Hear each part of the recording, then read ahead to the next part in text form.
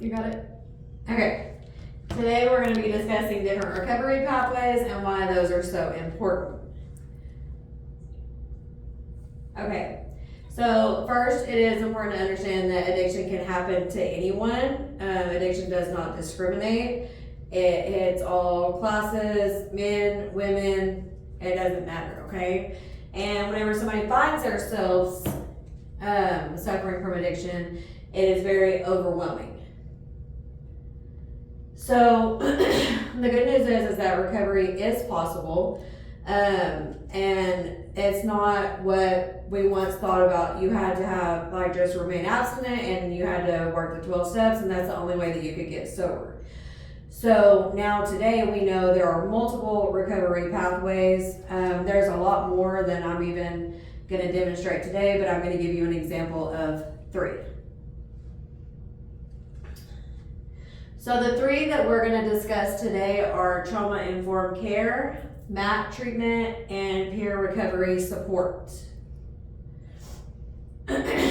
Trauma-informed care.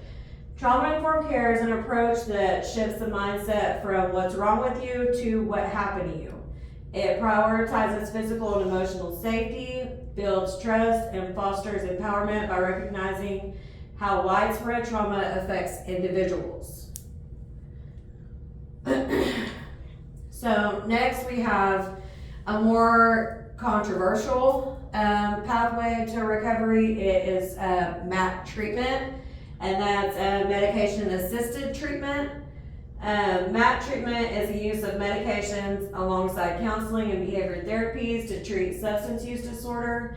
MAT provides a whole patient approach to treat addiction to opiates.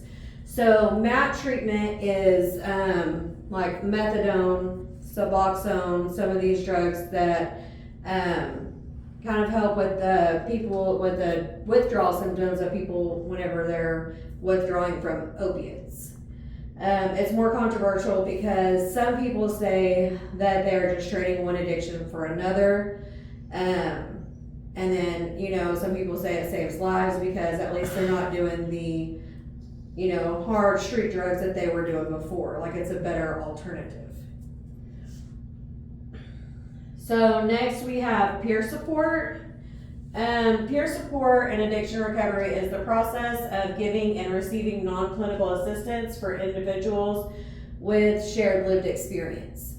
So this is kind of a newer pathway, and essentially what it is somebody that has suffered from substance use disorder in their own lives and has found a way to enter recovery themselves, helps other people navigate their own early recovery or even sometimes addiction, and then transition into treatment and then work their recovery outside of treatment.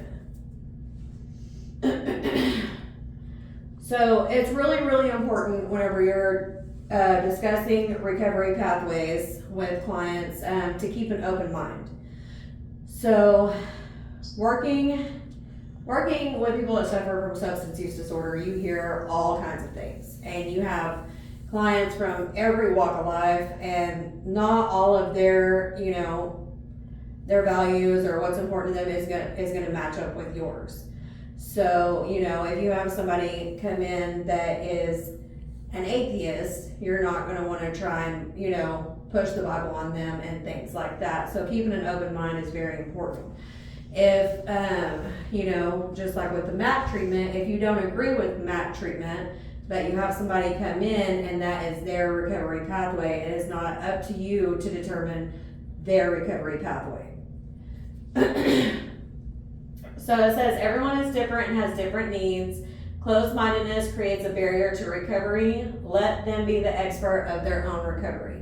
And that's exactly what you have to do when you're trying to help somebody navigate through the different pathways of recovery, because sometimes you have to try several different pathways before you find the one that actually works for you.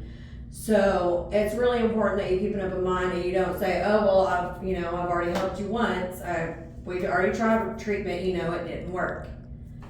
So it's really important to keep an open mind and let people be their own expert of their own recovery. Thank you.